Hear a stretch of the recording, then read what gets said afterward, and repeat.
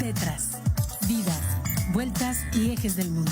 Es una ojeada plural al mundo y también un espacio en el que el auditorio y los conductores pueden reconocer varios ángulos de análisis.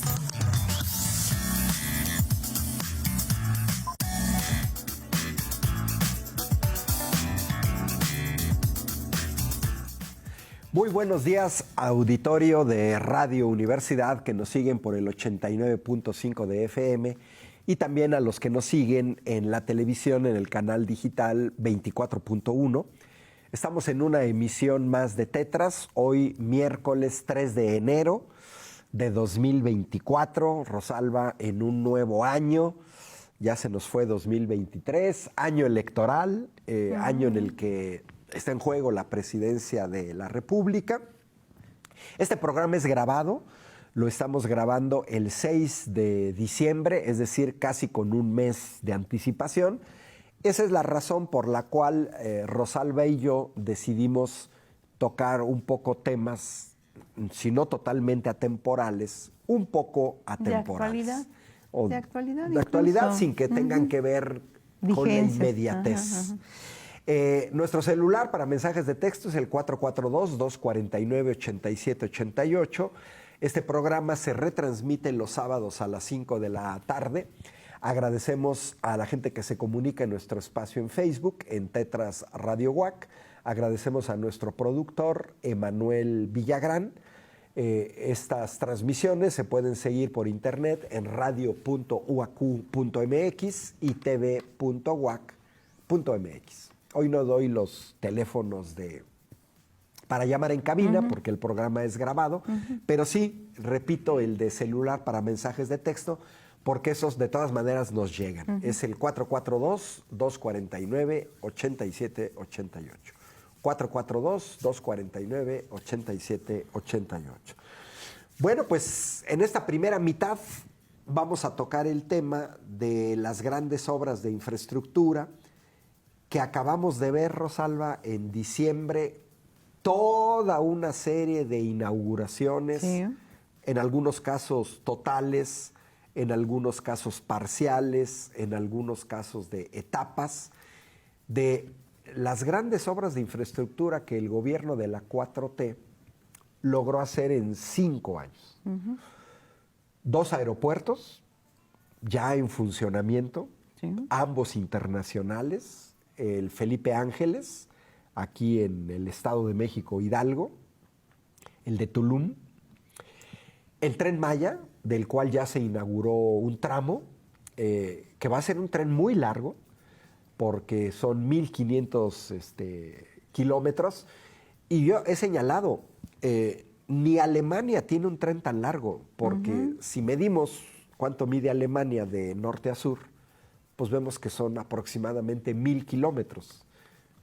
Y de este a oeste no alcanzan los 1,000 kilómetros. Ni siquiera Italia. Italia no tiene trenes tan largos si nos vamos desde la punta de la bota hasta el norte. Ni Francia, son países más pequeños. Entonces tenemos un tren con una longitud de 1,500 kilómetros, pues uno de los más grandes. Yo creo que de Europa, el único país que sí tiene trenes, bueno, no solamente de esa magnitud, sino mayor, es Rusia, ¿no? Porque es el país más grande del mundo. Pero además vimos, Rosalba, este potenciamiento de los puertos de Coatzacoalcos, Salina Cruz, para el corredor logístico que va a conectar los dos océanos, con 6 polos de desarrollo. Uno de ellos con un fondo de inversión danés, de Dinamarca, que va a invertir alrededor de $10,000 millones, que es bastante dinero porque son 200,000 millones de pesos, para la generación de hidrógeno verde. Y tenemos, bueno, la refinería de Dos Bocas, que esa comenzó a funcionar a mediados de año y que ya entrando cada vez más, pasando el tiempo, cumples con la producción para finalmente ser autosuficientes en gasolina. Y bueno, las obras que también dejaron tiradas la presa El Baluarte en el norte del país, el tren rápido Toluca, Ciudad de México, que se gastaron 30,000 millones de pesos y era el costo total de ese tren y se gastaron el costo total y nada más construyeron una tercera parte. Lo que quiere decir que eso se disparó a 3 veces más. Bueno, fuerte contraste, Rosalba, porque ahorita, en este breve recorrido, hay más obras, hay carreteras, hay presas, cambios de turbinas, el parque solar en Sonora. Pero bueno, un gran contraste que tendríamos que preguntarle a la gente del PRI, que nos digan las grandes obras de infraestructura construidas en el sexenio de Peña Nieto, o de Zedillo, o de Salinas de Gortari, o de Miguel de la Madrid. En el neoliberalismo, 36 años. E igual a los panistas, que nos digan cuáles son las grandes obras que el PAN construyó en los sexenios de Vicente Fox y de Felipe Calderón. Porque el único registro que tenemos es una barda que nos costó 12,000 millones de pesos, que construyó el gobierno de Felipe Calderón, dizque porque ahí iban a construir una refinería que está aquí en el estado de Hidalgo. Solo le pusieron nombre a la refinería, Bicentenario, construyeron la barda, los terrenos, repito, se gastaron 12,000 millones de pesos en una barda. Y pues 12 años de gobiernos panistas, yo no sé qué obras de infraestructura hicieron, en qué se gastaron el dinero. Aumentó la deuda externa y pidieron prestado dinero. Tuvieron el barril de petróleo arriba de los $100. Tuvieron ingresos petroleros arriba de los 4 billones de pesos. Entonces, tuvieron ingresos petroleros magníficos. Pidieron prestado dinero y no construyeron nada. Yo creo que PRI y PAN nos deben una explicación. Sí. ¿En qué se gastaron ese dinero? Es muchísimo dinero. Y en cambio, hoy hemos visto cómo con voluntad, sin corrupción y con ganas de hacer las cosas, en tan solo 5 años, este gobierno ha construido muchísimo más que lo de 36 años de gobiernos neoliberales. ¿Cómo la ves, Rosalba? Pues, mira, Ángel, para inicios de año creo que hay un panorama a nivel internacional muy, muy depresivo, a nivel internacional. La guerra de Israel contra Palestina continuará. La guerra de Ucrania continuará. Parece ser que está interesado Occidente, en especial en especial el grupo anglosajón, en continuar con estas guerras a nivel internacional. Va a haber repunte en algún tipo de producción, empresas, por ejemplo, la metalmecánica, la de hidrocarburos, porque las guerras necesitan de estos grandes elementos, del metal y de los energéticos fósiles. Lamentablemente, ahí va a haber reapunte. Sin embargo, no va a haber reapunte y va a haber una crisis, se empieza ya una crisis en términos de la dimensión alimenticia, en términos de el uso y manejo del agua dulce. Bueno, hay varios puntos que tendríamos que estar analizando, pero en ese sentido México tiene un cierto resguardo. Y no lo digo yo solamente porque tenga una tendencia frente a una dimensión de pensamiento y de ejercicio de la política pública progresista y demás. No, lo digo porque ahí están los datos. Si los datos no mostraran en el marco del análisis hacia dónde debemos de ir, pues entonces estaríamos muy perdidos. Ese es el gran problema de la oposición, que el PRI no ha entendido que los datos y comparar datos frente a un sexenio y otro, o frente a un ejercicio del poder de izquierda o derecha, es importantísimo para tener claro si vamos avanzando o estamos retrocediendo. Entonces, en ese sentido, México tiene un respaldo. El Fondo Monetario Internacional, el Banco Mundial, la OCDE, plantean un crecimiento para el 2004 de alrededor del 3.5%, ¿sí? En el mejor de los casos. Otros están un poco 3.2, etc., pero está alrededor del 3%. Eso significa, Ángel, que a pesar de las guerras mundiales, que a pesar de las pandemias, como es el caso del COVID-19, pues México en 5 años ha podido generar estabilidad. ¿En qué? ¿Con qué datos? Se incrementó el salario para el 2000, se incrementa ahorita en enero, en este enero, en alrededor del 20%. Si hacemos un corte de los 5 años que lleva el gobierno de Andrés Manuel López Obrador, vamos a ver que el incremento ha sido de alrededor del 105% del salario mínimo. En el periodo neoliberal donde estuvo Peña Nieto, Calderón, Fox, Zedillo y Salinas de Gortari, ¿qué pasaba, Ángel? En cada revisión contractual, el aumento era de 2 pesos, de 3 pesos anual. Cuando la inflación se disparaba a dimensiones más allá del incremento salarial, bueno, el poder adquisitivo en 30 años cayó alrededor del 80%, según algunos analistas. Otros más drásticos en el análisis dicen que cayó mucho más. No olvidemos la devaluación con la pérdida de los 3 ceros del peso cuando el periodo de Zedillo, en el 94, si mal no recuerdo, en la caída del peso a todo lo que dio, a nivel internacional y frente al dólar. Ahora el peso está valuado. El peso es la moneda más estable y más valuada a nivel mundial. Datos de JP Morgan y de otras financieras. Y bueno, podemos ver que a nivel, estamos un poco resguardados a nivel nacional, Ángel, porque la economía internacional está en plena decadencia.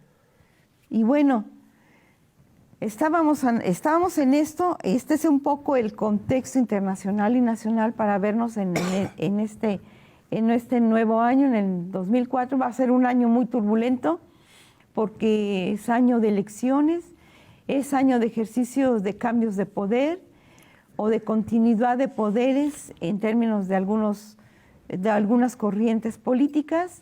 Tenemos que estar muy atentos a las mentiras de la derecha, porque hay que recordar que hay todo un estudio y todos los análisis en términos de que una mentira, entre más se diga, llega a convertirse como en una verdad superficial, claro, sobrepuesta, y bueno, entre más la repitan, en el transcurso del tiempo se sostiene con mayor fuerza.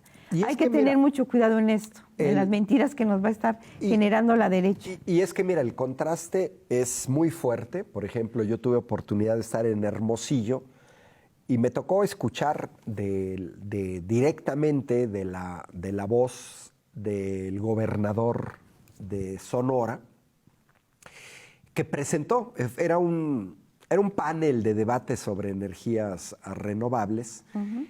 Y bueno, ahí el gobernador de Sonora planteó, Alfonso Durazo, uh-huh, en qué consistía el Plan Sonora. Porque los que vivimos acá, que estamos acá en Querétaro, pensamos que, bueno, pues es que es Sonora, no tiene nada que ver con nosotros, etcétera. Y no, o nada más se habla de Sonora por un parque fotovoltaico para generar energía eléctrica.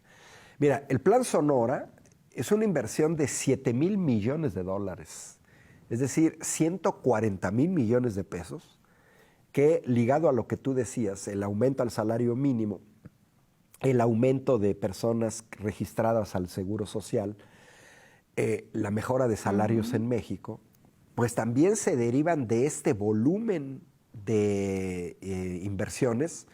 Claro. Porque no nada más es el parque fotovoltaico, no. El Plan Sonora incluye 6 parques científicos, la explotación de litio para las baterías, para los coches eléctricos. Por lo tanto, implica minería, electromovilidad. Y una cosa muy interesante, porque Sonora está ya haciendo acuerdos con Taiwán, porque entre Sonora y Arizona se plantea hacer un clúster de construcción, de fabricación de semiconductores, que ahorita quien tiene acaparado la construcción de semiconductores es Taiwán. Sí. Y hay una empresa, perdón, hay una empresa holandesa que es la número 1 en el mundo en fabricar máquinas para construcción de semiconductores. Pero además una cosa muy interesante y que se sabe poco. Fíjate que Sonora se va a convertir, están reacondicionando 2 puertos, Guaymas y Puerto Libertad, porque va a ser una manera, va a haber gasoductos, de los principales productores del mundo de gas natural licuado es Texas. Entonces el Plan Sonora incluye gasoductos de Texas que van a pasar por Coahuila, Chihuahua, llegan a Sonora hasta la planta de Puerto Libertad. ¿Qué significa? La exportación de gas natural licuado a Asia, al mercado asiático, porque van a salir por el Mar de Cortés, ahí van a estar los barcos, van a trasladar el gas natural en barco y bueno, pues ya se tiene eso. Luego, hay que tomar en cuenta que efectivamente el parque fotovoltaico se va a convertir, una vez terminado, en la 7ª planta de generación de energía más grande del mundo y la más importante de América Latina. O sea, la más importante de América Latina. Ni Brasil, que es el país de referencia más grande que México, el doble de grande que México. Claro. Es un parque que va a tener 2,000 hectáreas de extensión y va a generar 1 gigavatio y será la primera planta que va a conectar toda la península de Baja California con el resto del país. Algo que nunca hicieron los gobiernos neoliberales. Dejaron las 2 penínsulas, Baja California y Yucatán, no conectadas a la red energética, un abandono en donde la gente de Baja California tenía que depender de la energía norteamericana. Y en realidad hoy vemos que esto es una inversión a largo plazo. El Plan Sonora lo inicia el gobierno de Andrés Manuel López Obrador, pero es un plan tan ambicioso porque además va a requerir no solamente el reacondicionamiento de 2 puertos, sino también la construcción de una autopista que va de Guaymas a Arizona.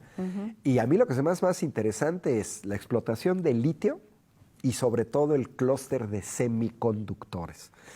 Porque eso quiere decir que va a haber un polo de desarrollo en Sonora, esta cuestión del gasoducto del gas natural ciencia licuado, y tecnología. Que es una cuestión que tú dices, un gobierno serio, pues en realidad sí ha invertido, generas trabajo en México, es una manera de parar la migración. Tenemos 50 millones de mexicanos en Estados Unidos que han tenido que emigrar de nuestro país por falta de oportunidades en México. Ahora, con todas estas obras que hemos estado platicando desde el sureste hasta Sonora, pues hay ya posibilidad de que nuestros jóvenes no emigren, que trabajen en México, que se genere riqueza en México y que se distribuya. Porque a final de cuentas todo el mundo sale ganando. Termino con esto. Mira, aquí en Querétaro, pues yo por ser profesor de la Facultad de Ingeniería, tengo muchos exalumnos tanto de la Autónoma de Querétaro como del Tecnológico de Querétaro, en muchas áreas de ingeniería, eléctrica, electrónica, industrial, sistemas computacionales. Y fíjate que yo lo que he observado es que estas obras de infraestructura del sureste generaron toda una serie de fuentes de empleo calificadas en Querétaro. O sea, gente que desde Querétaro ha estado trabajando para las coquizadoras de Salina Cruz. Gente en Querétaro trabajando para la refinería de Dos Bocas en Tabasco. Gente en Querétaro trabajando para el Tren Maya. Es decir, no es que se tengan que mover al sureste. No, ellos desde Querétaro, ¿por qué? Pues porque es la fabricación de piezas, equipos que se diseñan, se construyen en Querétaro.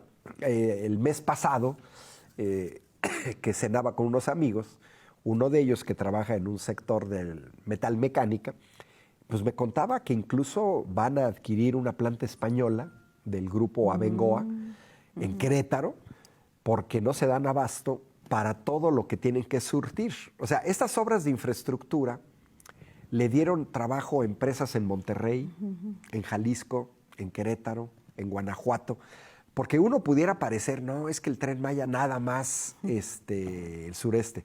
No, el sureste no tenía capacidad de... ¿Dónde se fabricaron los vagones del Tren Maya? Pues aquí en Ciudad Sagún, en Hidalgo. ¿Y quién tiene trabajo? Pues la gente de Hidalgo, ¿no? O sea, la zona, hay hasta de Querétaro. Claro, es una cuestión que, bueno, tienes el lado de Sonora, muy bien. Y cierro, fíjate que en este encuentro me tocó estar a un lado de la secretaria de Economía del gobierno estatal, en donde decía, vamos a requerir enormes cantidades de recursos humanos, específicamente ingenieros, que se quieran venir a trabajar a Sonora, porque son de tal envergadura las obras del Plan Sonora que se va a requerir mucha gente, muchas manos, técnicos, no nada más ingenieros, principalmente ingenieros, pero también técnicos, y luego, por supuesto, obreros calificados o no calificados, pero digamos, es trabajo en tu propio país. A lo mejor vas a trabajar temporalmente y luego te regresas, no te tienes que ir a vivir a Sonora. Pero ellos estaban diciendo que sí están ya moviéndose también en carreras, por ejemplo en el sureste, de carreras que tengan que ver con el tren.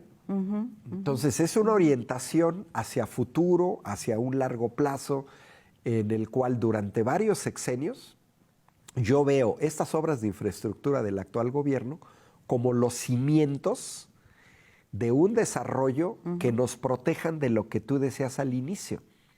Todas estas crisis globales, mundiales, etcétera, es como la pandemia. Sí. Sobrevivimos gracias al mercado interno y si la gente tiene dinero, lo gasta en México y no dependemos de los vaivenes del exterior. Este gobierno no tuvo que pedir prestado como hubiera sucedido con gobiernos del PAN y del PRI, que era ahora sí que su modus vivendi, ¿no? Porque era parte de las políticas internacionales, Ángel. O sea, se avienta la pandemia, se genera la pandemia, se da la pandemia como fue, pero el Fondo Monetario, el Banco Mundial, que su base fuerte la tienen en los dineros de la BlackRock a nivel internacional, que es el que regula los flujos internacionales, con mayor fuerza, la BlackRock, pues de tendencia anglosajona, obvio que giran y determinan las políticas internacionales de cómo se gasta el dinero y cómo se distribuye el capital a nivel internacional. Y de ahí, aun cuando los gobiernos no lo necesiten, que pudieron algunos haber salvado con los recursos internos, las pandemias, el Fondo Monetario insistiendo en endeúdate, el Banco Mundial, endeúdate. ¿Por qué? Porque ellos saben que la política de endeudamiento a nivel internacional para ellos es una gran ventaja por el despojo sistemático que han hecho de todas las regiones y las partes del mundo. Y esto está históricamente documentado. El despojo para el capitalismo es su objetivo fundamental. Y de ahí generan e inventan, mueven para hacer y hacerse de lo que más desean, que es del dinero y de los bienes, de los recursos naturales de los países más pobres. Mira, por lo que mencionabas, es bien interesante comprender por qué el presidente Andrés Manuel López Obrador está interesado en impulsar zonas como esto que planteabas, lo de Sonora, ¿no? Ahora, vamos al Istmo de Tehuantepec, con toda una franja que va a comunicar el Atlántico con el Pacífico, ¿sí?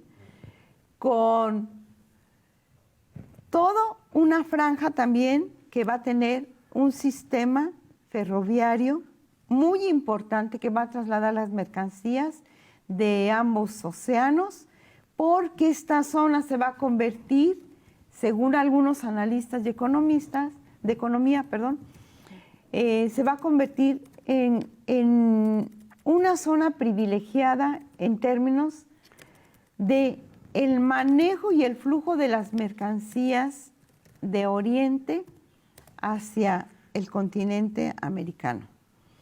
Y cuando digo continente me estoy refiriendo a la parte amplia, del norte de Canadá hasta la Patagonia, ¿sí? O sea, el 80% de los productos que en América se pueden estar utilizando y transfiriendo de Oriente van a estar moviéndose por esta zona. Podrían estarse moviendo por esta zona. Si nosotros también comparamos las regiones poblacionales y los beneficios para la población, ¿cuáles son las zonas más pobladas del mundo? Pues es América Latina y Asia. Entonces, también en términos poblacionales, pues son las zonas más beneficiadas. Por otro lado, en términos específicos y para México, lo que ya planteabas, Ángel, generación de empleos, zonas de desarrollo, implementación y el convivio de varias culturas en esta zona, porque ya hay ahí espacios contratados para empresas holandesas, norteamericanas, canadienses, chinas, coreanas, en los 7 centros de desarrollo de esta zona del Istmo de Tehuantepec. Entonces, bueno, del corredor transísmico, perdón. Pero si nosotros vamos más allá en términos del potencial del agua que tiene el país, pues vamos a ver que también el potencial de agua de dulce de esta zona es alrededor del 70% de todo el país. Pero algo me preocupa del desarrollo de esta zona, Ángel, junto con el Tren Maya. Lo que sí tenemos que hacer los mexicanos y las mexicanas para esta zona es, políticamente hablando y en términos del impacto económico, es cuidar el medio ambiente. Cuidar que estas empresas no vengan a generar contaminaciones y hacer que las secretarías del medio ambiente en el país realmente funcionen al 100% y con todas las reglamentaciones internacionales, porque si tenemos el 70% de agua dulce en esta zona, tenemos que hacer que se implementen esas empresas con la mejor tecnología para evitar que contaminen esta agua, ¿sí? Ese es un punto. El otro, el del aire y el de la fauna y el de la tierra. Bueno, también las regulaciones se tienen que endurecer con estas empresas que se van a implementar en la zona transísmica, porque no es posible que permitamos como mexicanos que nos sigan contaminando, como lo han venido haciendo, por ejemplo, en México, la industria minera canadiense. No lo podemos permitir. ¿Por qué? Porque las regulaciones siguen siendo muy blandas para la industria minera. Históricamente ya lo vimos en México y lo seguimos viendo en otros países como Chile, como el propio Brasil. Entonces, sí tenemos que endurecer, Ángel, y bueno, esto lo digo a la población, tenemos que estar alertas para estar cuidando el medio ambiente en toda esta zona transísmica y también la zona por donde correrá el turismo que va a implementar el tren Maya, porque sí, esta parte sí es preocupante, Ángel. Que no nos vengan a contaminar y dentro de 10 años digamos, sí, decíamos muy bueno el desarrollo, más empleos, más industria, más no sé qué, pero la contaminación al 100%, no. Eso sí tenemos que cuidar. Bueno, y yo resaltaría, porque se nos está acabando el tiempo de la media hora, que esto se hizo, como decías al inicio, sin pedir prestado. ¿Sí? Ahí está el caso de Argentina, Mauricio Macri, a un año de dejar el gobierno, Fondo Monetario Internacional, préstamo de 44,000 millones de dólares. ¿Sí? Es decir, estamos hablando de casi 880,000 millones de pesos, casi 1 billón de pesos que le prestaron a Argentina. Sí. Y que después tiene que pagar intereses del orden de 2,600 millones de dólares cada año. Que no se los da su PIB. Nos vamos al corte de la media hora y regresamos aquí en Tetras.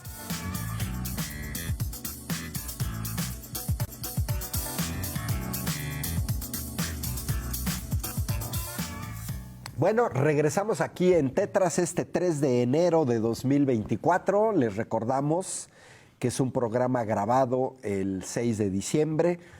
La primera mitad tocamos el tema de las grandes obras de infraestructura del gobierno de la 4T.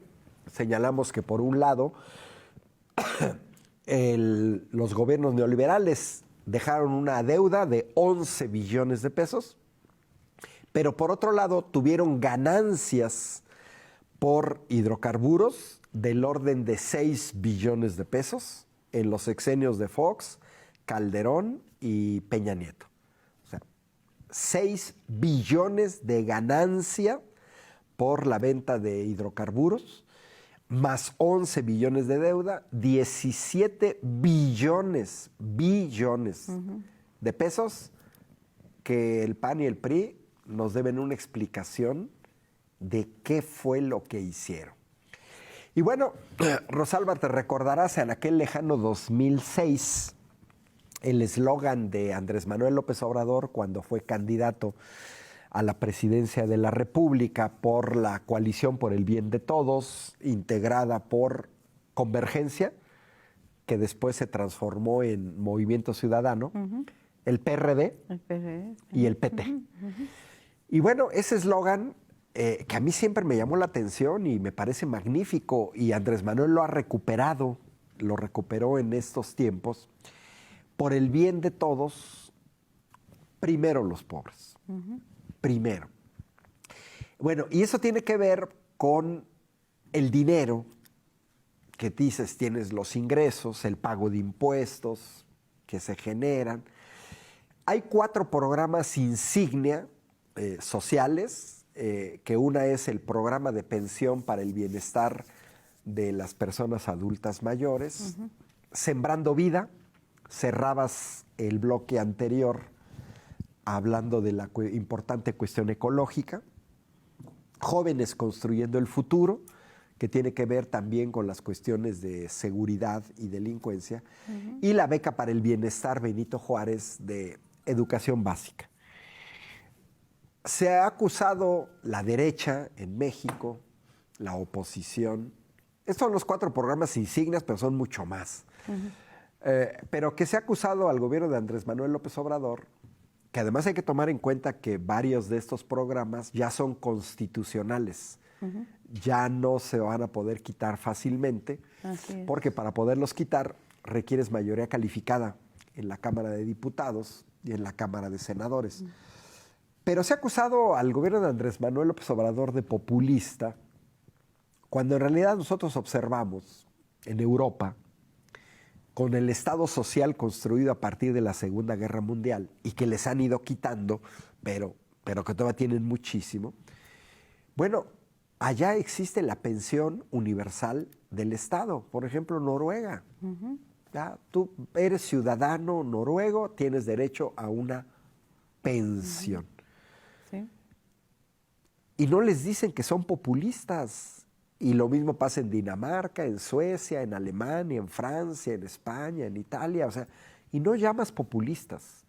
Es una cuestión de justicia social que permite, por ejemplo, a gente pues, que llama de salida, tercera edad, pues tener una vejez, si no digna, porque también el dinero es el que hay, sí tener una ayuda mínima que te permita comprar medicinas, comida, que es lo que más o menos uno necesita ahí.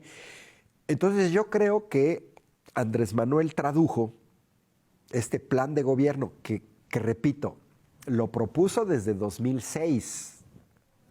Llega a la presidencia de la República en 2018, pero son 12 años de pensar la instrumentación. Hay que tomar en cuenta que él fue jefe de gobierno de la Ciudad de México entre 2000 y 2006 y que él implementó, por ejemplo, parte de estos programas sociales, pero pues nada más válidos en Ciudad de México. Entonces hoy tenemos una serie de programas sociales que la oposición acusa que son electorales, cuando en realidad son programas de justicia social que han potenciado el mercado interno, que nos permitieron sobrevivir 2 años de pandemia y que, bueno, se destinan en el 2024 alrededor de 600,000 millones de pesos destinados a estos programas sociales, que desde mi perspectiva es dinero muy bien invertido. ¿Cómo has visto estos 5 años de programas sociales, Rosalba? Mira, Ángel, planteas varias dimensiones de esta propuesta de Andrés Manuel. La dimensión política, la dimensión económica, la dimensión social, la dimensión de la administración pública. Me voy por la de la administración pública ahorita. Mira, era urgente ya que en un país como México, con gran cantidad de recursos naturales, con una gran cantidad de mano de obra o fuerza de trabajo calificada y no calificada, ya era momento, ya era hacer justicia a esta población, a la gente de este país que históricamente, bueno, siempre ha sido trabajadora. Ya era justo tener un gobierno que distribuyera el dinero que recauda de esa misma población, que lo distribuyera de manera pues equitativa, y está demostrado con los datos. Se acaba de publicar la última encuesta en términos de que México saca de la pobreza a más de 5 millones de pobladores de este país. Ahí está reflejado los programas sociales del actual gobierno. No importa que le digan populista, porque este es un descalificativo conceptual que la derecha lo utiliza para descalificar al otro frente a lo que potencialmente esa derecha no ha podido hacer ni lo va a hacer, porque no está dentro de sus programas y sus proyectos, ni políticos, ni mucho menos de vida. Y si en la vida el propio capitalismo se hizo para no cuidar la vida, el capitalismo no va a cuidar la vida. Los capitalistas, los señores dueños del capital, no van a cuidar jamás la vida, porque a ellos no les interesa la vida, ni la humana, ni la vegetal, ni la mineral. No les interesa la vida, les interesa la acumulación para tener el dinero para financiar sus deseos y formas de vida placentera. Eso es lo que le interesa al capitalista, Ángel. Entonces, si a Andrés Manuel le llaman populista por hacer que el dinero que recauda el Estado Nacional Mexicano para los propios pobladores del país mexicano, que bueno, que le sigan llamando populista, pero que saque de la pobreza a otros tantos, si ya lleva más de 5 millones, y donde también la equidad en términos de la distribución se extendió hacia abajo, qué bueno. Y estos datos están ahí y los reconocen varias financieras internacionales, no lo digo yo, no, es un punto de vista de análisis. Entonces, si eso es ser populista, ojalá que todos los gobiernos del mundo sean populistas, no importa el concepto y la categoría, en términos conceptuales, lo que importa es la acción, la praxis de esa política pública y la forma de distribución de la riqueza de un país, ¿sí? Entonces, así es como lo veo, Ángel. Fíjate, si eso junto con la determinación de las leyes va al sector social y para su beneficencia, qué bueno, y lo digo por esto, lo de las leyes, porque junto con estos beneficios económicos, la Cámara de Diputados aprobó algo que es muy importante, reconocer 88 enfermedades en el marco del ejercicio del trabajo, ¿sí? Si el beneficio económico, si la derrama económica se empalma junto con la legislatura y va en beneficio de la clase trabajadora, ¡qué bueno! ¡Qué bueno! Si a eso le siguen llamando populismo, que le llamen como quieran, pero que beneficien a la población. Un estado, cualquiera que sea, el mexicano, el norteamericano, el estadounidense, brasileño, canadiense, argentino, francés, está obligado a generar bienestar en la población. Está obligado a generar bienestar en la población y no generar el despojo nada más, o como lo han venido haciendo en términos del capitalismo internacional. Cada estado está obligado y esa retribución de su propio dinero es lo que debe distribuir de manera adecuada, porque un gobierno y un estado es solamente un administrador y deben mandar obedeciendo. ¿A quién? A la población que los puso ahí. Eso es, Ángel. Si le llaman populista, bienvenido el concepto. Pero que todos los gobiernos del mundo sean populistas es lo mejor. Pero, y fíjate, ahorita que quedó Javier, el año pasado, Javier Milei en Argentina, ultraliberista, ultra de derecha, que él lo que propone es desaparecer el Estado. O sea, claro, que cada quien se pague sus gastos médicos, que cada quien se pague su educación. Fíjate, yo comenté los 4 programas insignia. O sea, que regresemos a la barbarie. Pues sí, a la barbarie, ahora sí que a la parte más darwiniana. Es su propuesta. Sálvese el que pueda. Y esto lo tenemos que tener claro porque Xóchitl Gálvez, por ejemplo, salió a festejar el triunfo de Milei, lo mismo Felipe Calderón, lo mismo Vicente Fox. La derecha internacional. ¿Qué quiere decir? Pues que ellos en realidad estarían a favor de lo que señala Milei, porque yo no he visto que hayan criticado Milei y varios de sus ministros. Estaba viendo la futura ministra de Economía, insisten en que es una buena idea la venta de órganos, que lógicamente perjudica incluso la venta de niños a la gente. Así lo manejó Milei, eso es gravísimo. Y bueno, aparte de los 4 programas insignia, está la beca universal para nivel medio superior, las Benito Juárez. Están la beca más de 7,500 para educación superior, jóvenes escribiendo el futuro. Está la pensión para el bienestar de personas con discapacidad. Está el programa para el bienestar de niñas y niños, hijos de madres trabajadoras, que siempre están en desventaja. La escuela es nuestra. Producción para el bienestar. Bien Pesca, que es el programa de apoyo para el bienestar de pescadores y acuicultores. Las tandas para el bienestar. El programa para una vivienda mejor. Los fertilizantes para el bienestar. Los programas para el bienestar que tienen que ver con los precios de garantía y finalmente el Programa Nacional de Reconstrucción. Es decir, estamos hablando de 16 programas, solo que los 4 primeros es de los que más se habla, ¿no? De la pensión a adultos mayores y eso. Y fíjate, yo he escuchado a la señora Xóchitl Gálvez, que ya no sé si llamarla ingeniera, pero no por una cuestión despectiva, porque está demostrado que plagió más de la tercera parte, aquí lo presentamos el año pasado en Tetras, que plagió más de la tercera parte del informe que le permitió obtener un título de ingeniera. Entonces yo ya no sé si llamarla ingeniera porque pues obtuvo el título con un documento plagiado. Y además creo que a la derecha le gusta estar plagiando porque también Javier Milei le plagió a un académico mexicano, está hasta demandado.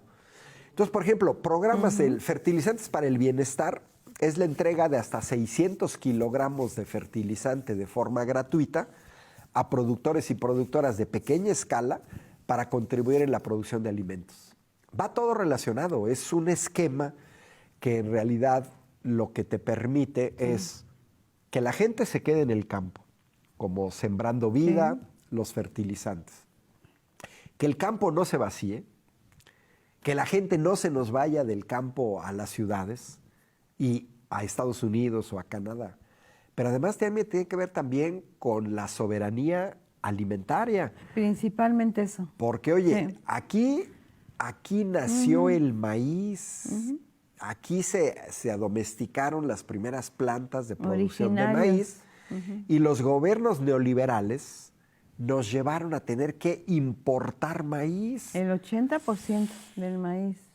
Entonces, un país que depende de los alimentos de otro, igual los energéticos, igual las finanzas, pues es un país que no tiene soberanía, que en cualquier momento te pueden cerrar la llave de los alimentos. Entonces, el recuperar, tenemos una tierra con un buen clima, con una buena tasa de producción, pero desgraciadamente hemos visto que los gobiernos neoliberales empujaron a los jóvenes del campo a que ya no vieran como viable el trabajar el campo. Mira, aquí lo vemos en Querétaro, que es un estado que expulsa a mucha población, Michoacán, Guanajuato, Zacatecas, pues de pueblos enteros que se van a Estados Unidos, de niños aquí en Huimilpan.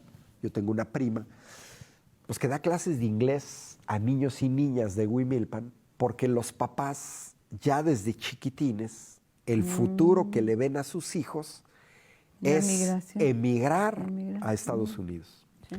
Entonces, los programas sociales, desde mi perspectiva, no nada más tienen que ver con una cuestión de justicia social. Tienen que ver también con una cuestión de un desarrollo autónomo del país que le permita una viabilidad en términos energéticos, alimentarios, financieros. Está el Banco del Bienestar. Hay que recordar que los neoliberales entregaron prácticamente toda la banca a bancos extranjeros. Una tercera parte de las gasolineras le entregaron a grandes transnacionales. Aquí en Querétaro lo vemos, las gasolineras de British Petroleum, de Shell, de Repsol, de ExxonMobil. Pues porque ellos en realidad era el país que querían, un país como si fuéramos de franquicias, como si salieras y aquí te vendieran solamente Pizza Hut, Coca-Cola. Maquilador, o sea, un país maquilador. Un país maquilador, dependiente, incluso culturalmente, porque era el American Way of Life pontificado. Era el ejemplo. Ajá. Y yo creo que la consolidación a 5 años de gobierno, este año Andrés Manuel deja la presidencia, estamos ya en 2024, creo que deja una base de mejora. También estos son programas que hay que ver. A mí me da risa que la señora Xóchitl Gálvez diga que ella votó a favor de estos programas, cuando en realidad ella es candidata del PRI y del PAN, cuando ella toda su carrera política la ha hecho de la mano del PAN desde el año 2000, tiene 23 años de estar ligada al PAN, y el PAN votó en contra. El PAN en bloque votó en contra de que los programas sociales fueran constitucionales. Sí. O sea, el PAN, pues en realidad ellos no creen en estos programas. No, porque no es parte de sus proyectos. No, ellos lo que querían es no pagar impuestos, el rescate de empresas que se van a quiebra con dinero público, como el Fobaproa, que nos está costando 2 billones de pesos, gente que administra mal los bancos.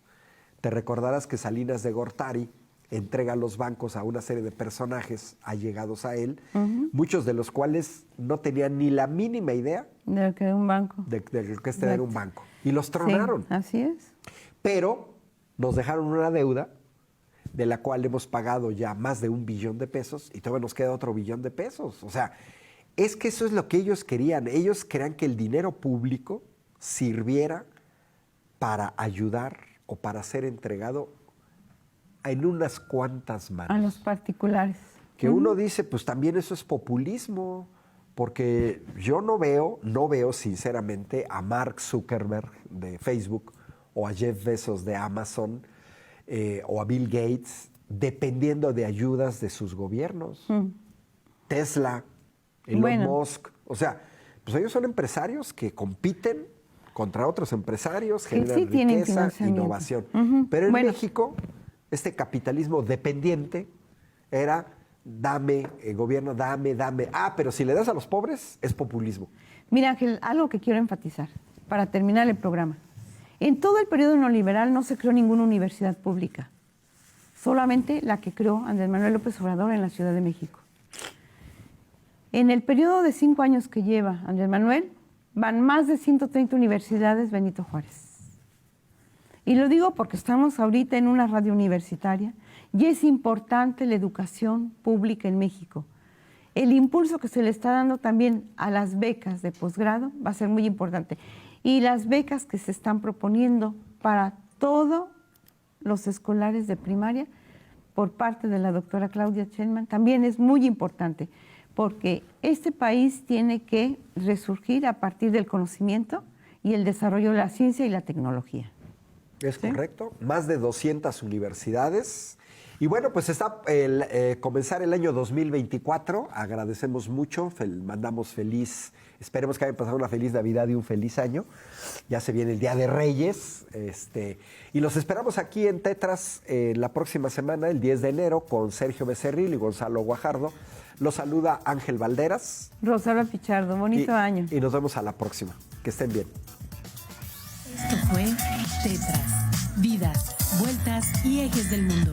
Programa que se asoma a la vida humana en sus diferentes expresiones, queretana, nacional o mundial. Una producción de TV UAC y XHUAQ Radio Universidad. Gracias por acompañarnos.